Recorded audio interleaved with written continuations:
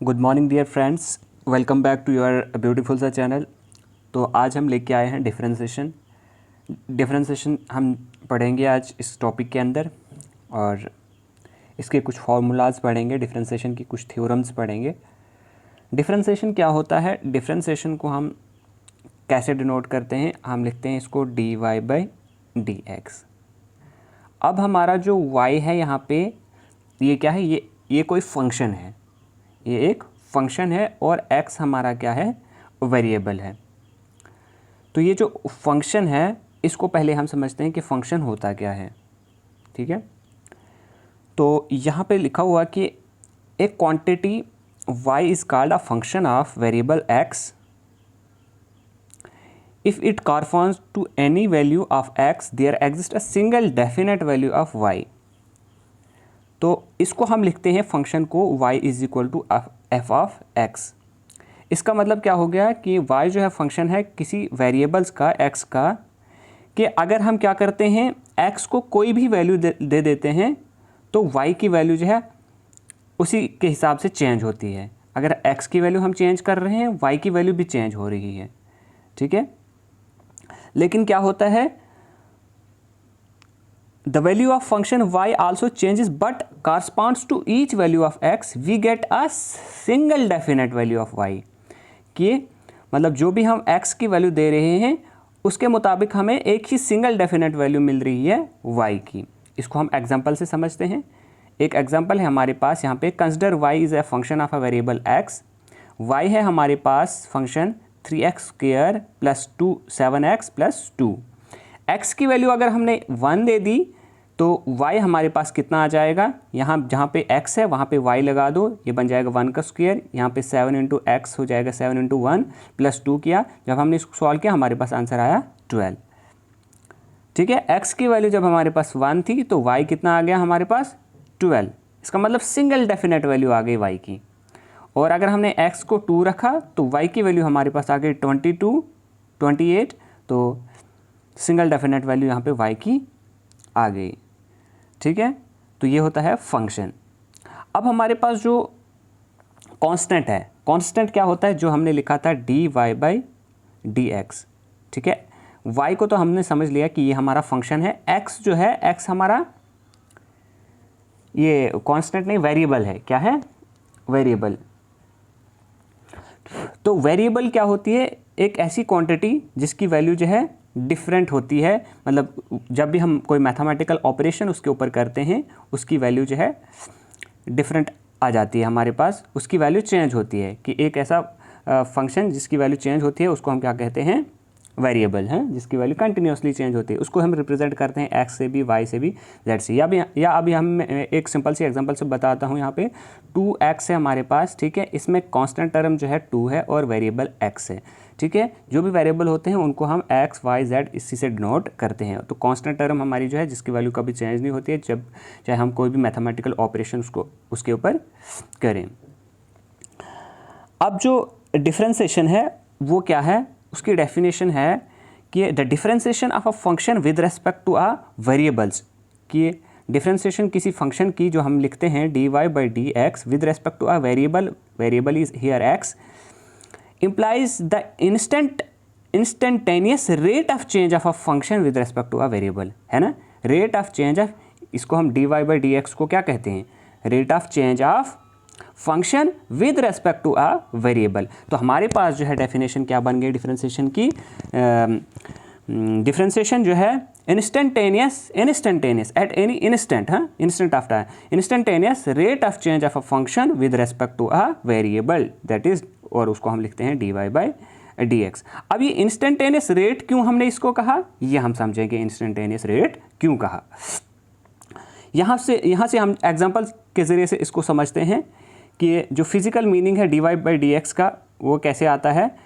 Ratio of small change in a function y with respect to the x is called average rate of change of y with respect to the x। इसको जो है हम क्या कहते हैं, जो हमारे पास ये रेशियो है dy/dx, इसको हम एवरेज रेट भी कहते हैं। ठीक है, क्यों कहते हैं, फॉर एग्जांपल हमारे पास अगर एक बॉडी कवर करती है small distance delta s in small time delta t के अंदर, तब हम लिखते हैं एवरेज वेलोसिटी उसकी आती है delta S by delta T. इसी तरह से अगर हम देखते हैं कि अगर कोई बॉडी जो है उसकी वेलोसिटी जो है चेंज इन वेलोसिटी जो है dv है in a small time delta t के अंदर, देन एवरेज एक्सेलरेशन कितना आ जाता है उसका delta v by delta T. ठीक है, ये आ गया हमारा एवरेज वेलोसिटी और ये आ गई हमारी एवरेज एक्सेलरेशन।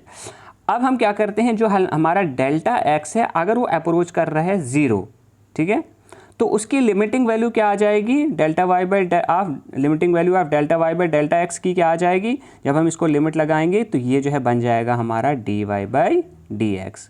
ठीक है, कि जब हमने इसको लिमिट लगाई, तो ये जो हमने लिमिट लगाई तो इससे क्या हुआ, इसको हम कहते हैं it is called instantaneous rate of change of Y with respect to the x.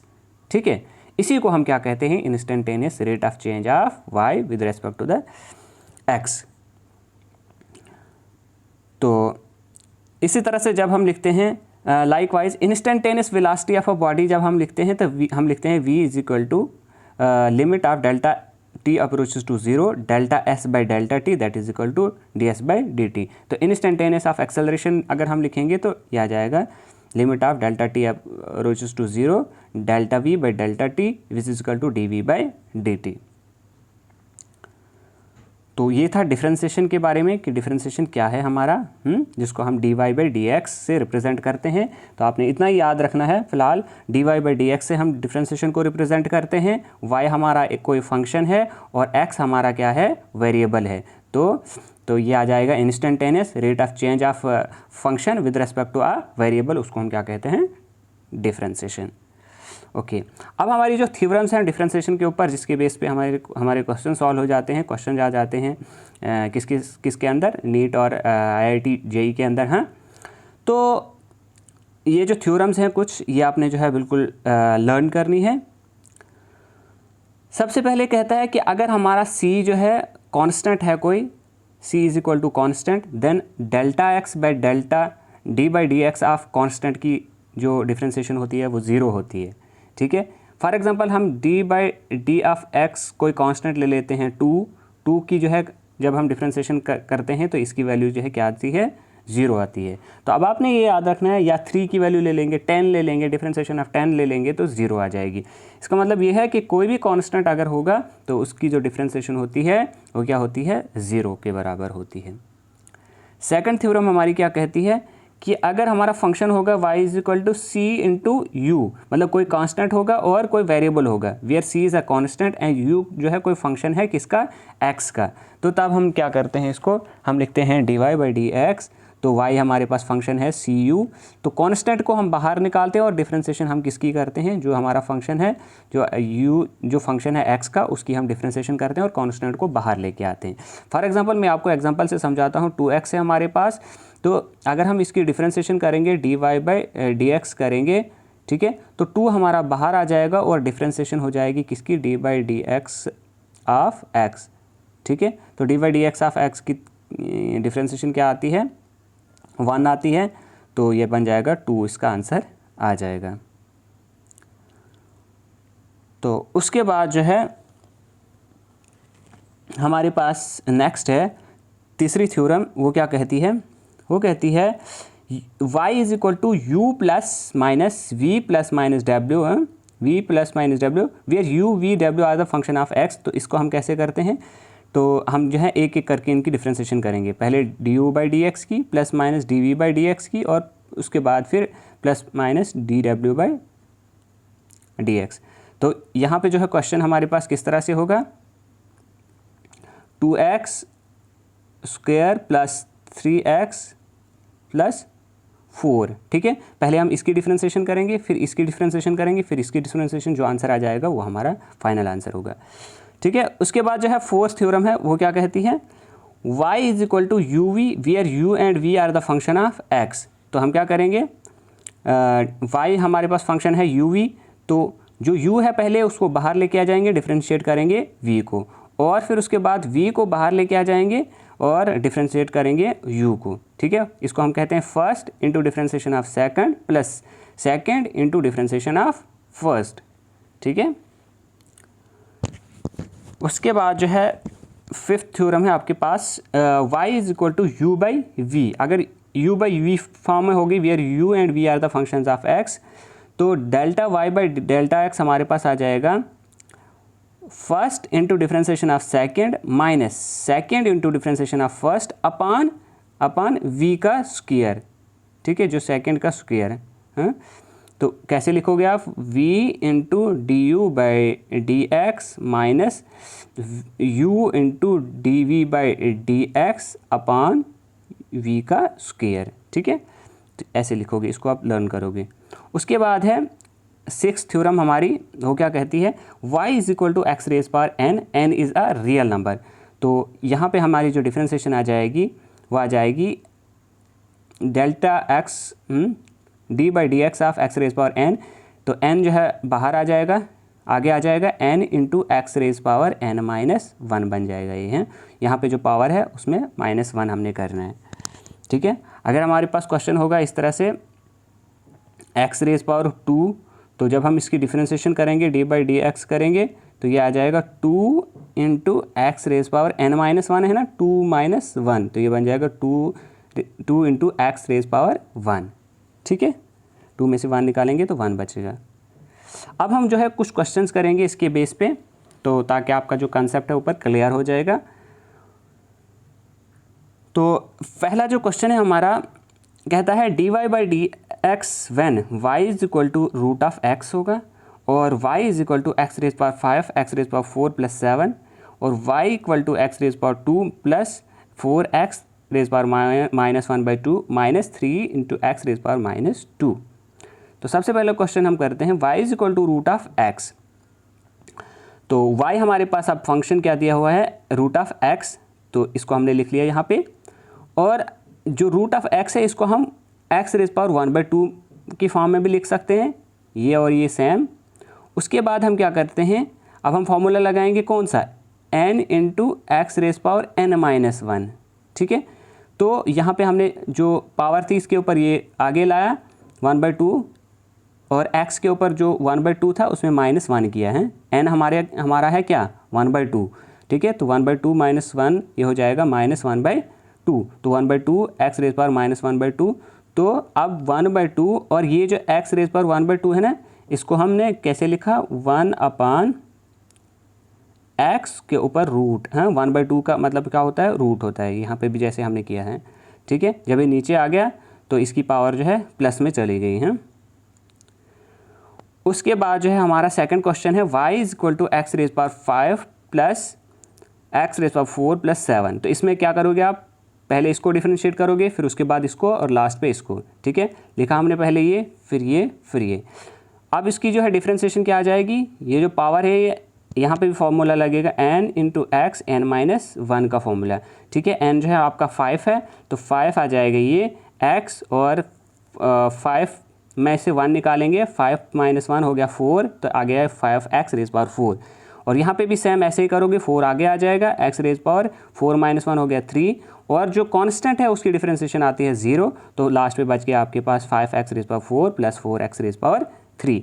अब लास्ट क्वेश्चन है हमारा y is equal to X raise power 2 plus 4x power -1/2 minus 3x raise power -2, ठीक है। तो ये हमारा फंक्शन है, लिखा हमने, इसको डिफरेंशिएट किया।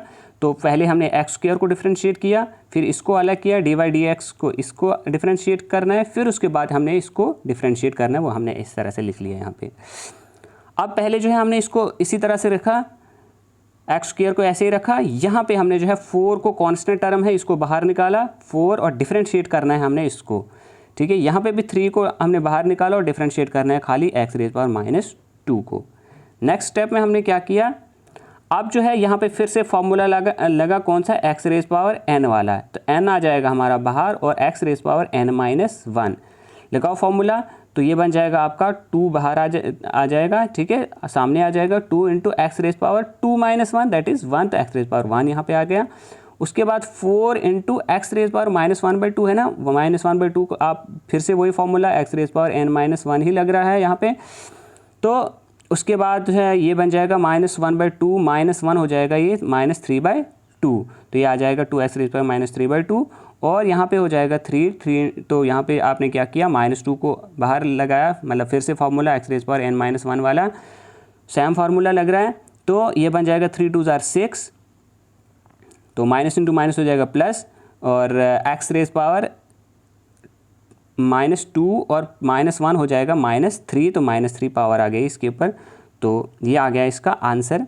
तो फाइनली आंसर इसका क्या बन गया, 2x minus 2x raise power -3/2 plus 6x raise power -3।